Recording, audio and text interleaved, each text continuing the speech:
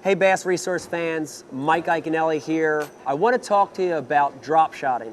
And I'm going to go over 3 things you need to do to really become a better drop shot fisherman and understand drop shotting. You know, the first one is probably the most simple thing you're ever going to hear, but it's one of the most important. And that is actually not moving the bait. It's a really hard thing to do because in fishing for years and years, we've been taught to make a cast, to use our rod and our reel to impart action on the bait. But in drop shotting, it's really the essence of neutral action or neutral natural movement. So the first thing in drop shotting I want you to do is that when you make a cast and you get that bait down to where you're fishing, instead of shaking your rod or dragging it or hopping it, I want you to just leave it there. Just hold it in place.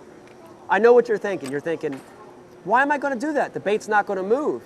But it's going to move, you know, if you think about it. First of all, we've got current. There's current in every body of water we fish. Obviously, if it's a river, there's current. Man-made reservoirs, there's current. But even in natural lakes, even in a little pond, there's current. Things like wind, things like boat traffic, all that creates a natural current. So the bait sitting on the bottom, without you moving it, is going to have a very neutral, natural movement. The other thing is we all move inherently, you know? If you take your hand and you put it in front of you and you look at it, nobody's perfectly still. We all have kind of a little shake to us. And when you cast that bait out there, you let it get to the bottom and you just hold it there, that natural movement of your hand is transmitted through the rod, down the line to the bait, and it's going to impart that subtle movement of the bait. So the first tip for drop shotting is don't move the bait. Make a cast and let it sit on the bottom. You know, the second tip I have for drop shotting, and it's an important one, is the hook set, is after you get that bite. And this is a hard one for me personally because I love jacking fish. It's one of my favorite things in the world to do is to have a big jig or a big worm and to jack those fish, to rip those fish. But in drop shotting, you've got to get away from that mentality. And I want you to use a hook set technique called a sweep set technique.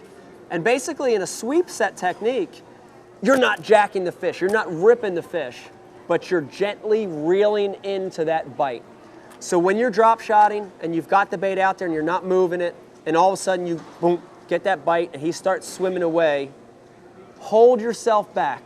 Don't jack that fish. When you feel that movement of that fish going away, I want you to get your body, get your rod, and sweep your rod to the side. At the same time, step back. And when you do that, your rod's going to load up, and that little hook, whatever kind of hook you're using, is going to get into that fish's mouth, and you're going to have that fish hooked. Stop yourself from jacking that fish, step back and sweep your rod, and 99.9% of the time, you're going to hook that fish up, and he's going to be in the boat. So tip number 2, don't jack the fish. Sweep, step into him, and that fish is going to get in the boat. You know, the last tip I want to give you is real important when you're fishing drop shot in deeper water. And this is using your electronics as your underwater eyes. And so in its simplest form, when you're in shallow water or you're in super clear water, you can use your eyes. You put on your polarized glasses, you see a fish swimming, you throw that drop shot to him, you catch him.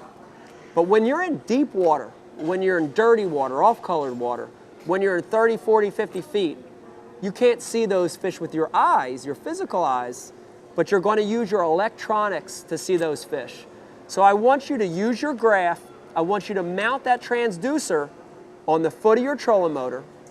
I want you to turn your sensitivity up, and finally, I want you to turn your ping speed up. Every depth finder in the world, whether it's Lowrance or some other brand, you're going to be able to go in and turn your ping speed to its maximum setting. When you do that, you're going to get real-time response from your depth finder. So when you're in that deep water or dirty water, click your bail and hold your drop shot right by the foot of the trolling motor. As you do that, keep an eye on your graph. And now that you've got your sensitivity up, you've got your ping speed super high, you're going to be able to see things come on the screen as they happen. And when you see anything that's out of the ordinary, if it's a fish arc, if it's a cloud, a ball of bait, or even if it's just a little change in bottom contour, I want you to instantly drop that bait down to the bottom. Your bail's already clicked, so you're instantly going to drop it. As you drop it, you're going to be able to see your line going down, you're going to be able to see the weight, and you're going to be able to see the bait.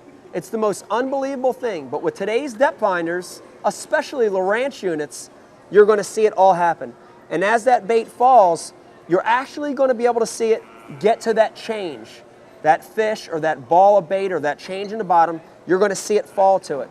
A lot of times as it happens, you see that fish rise up, you can stop the bait, all of a sudden the fish is going to grab it, you do that sweep step, and you've got it in the boat. So tip number 3 is learn to use your electronics as your underwater eyes and drop to those fish. If you use those 3 tips when you're drop shotting, I guarantee you're going to become a better drop shotter. Mike Iaconelli for Bass Resource.